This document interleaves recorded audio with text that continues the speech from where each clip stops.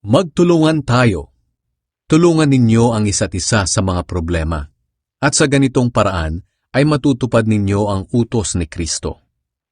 Kung mayroon sa inyong nag-aakala na nakakahigit siya sa iba, gayong hindi naman, nililinlang lamang niya ang kanyang sarili. Dapat suriin ng bawat isa ang ginagawa niya. At kung mabuti ang ginagawa niya, magalak siya. Pero huwag niyang ikukumpara ang sarili niya sa iba, dahil may pananagutan ang bawat isa sa kanyang ginagawa.